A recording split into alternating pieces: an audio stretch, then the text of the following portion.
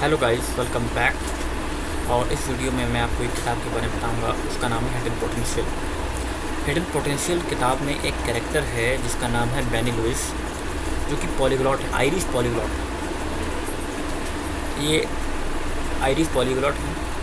इनको कम से कम 11 से ज़्यादा लैंग्वेज आती हैं और ये 21 साल की उम्र तक सिर्फ एक लैंग्वेज जानते थे, वो थी इंग्लिश।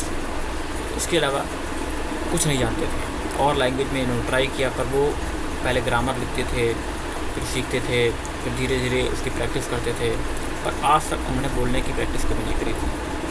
पर अभी कुछ सालों में उनका पॉलीग्लॉट्स में रैंकिंग आती है। अगर हम जब भी पॉलीग्लॉट्स की बात करेंगे जो बहुत सारी भाषा जानते हैं, तो उनमें से एक नाम बेनी लुइस ज़रूर होगा। और ये नाम इसलिए भी अच्छा है क्योंकि ये नाम बहुत मोटिवेशन देता है। इनका एक यूट्यूब पे खुद का एक चैनल है, आयरिश पॉलीग्लॉट करके। बेनी लुइस आप डाल देंगे यूट्यूब में, आपको मिल जाएगा। और सबसे ख़ास बात यह है कि बेनी लुइस कभी भी शर्म नहीं करते हैं। कोई भी काम करते हैं, ऑकवर्ड फीलिंग, अपने आप को डिस्कम्फर्ट में डालते हैं।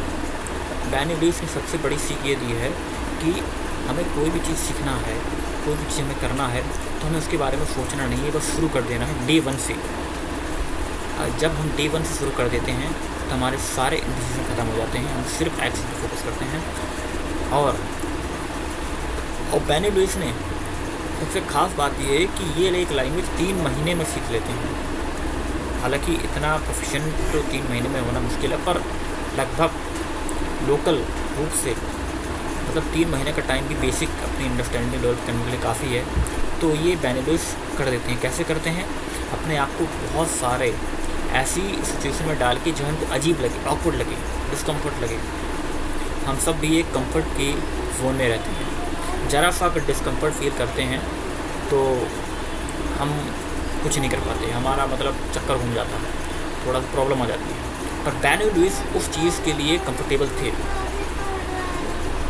और अपनी गलतियों को ये बताते हैं कि जितना गलती कर सकते हो उतना करो, क्योंकि अब जितना आप गलती करोगे, इनका एक सिंपल सा स्टेटमेंट है, आपको उससे ज़्यादा गलती करनी है जितना लोग अटेम्प्ट करते हैं। जितना लोग अटेम्प्ट करते हैं उससे ज़्यादा आपको गलती करनी है और उसको फीडबैक लेना है कि मैंने क्या गलती करी, ये पता होना चाहिए आपको। और सबसे बेनी लुइस की सबसे ख़ास बात यह है कि ये एक बार मैराथन दौड़ रहे थे, उसमें पार्टिसिपेट करने वालों की संख्या कम से कम 10,000 रही होगी।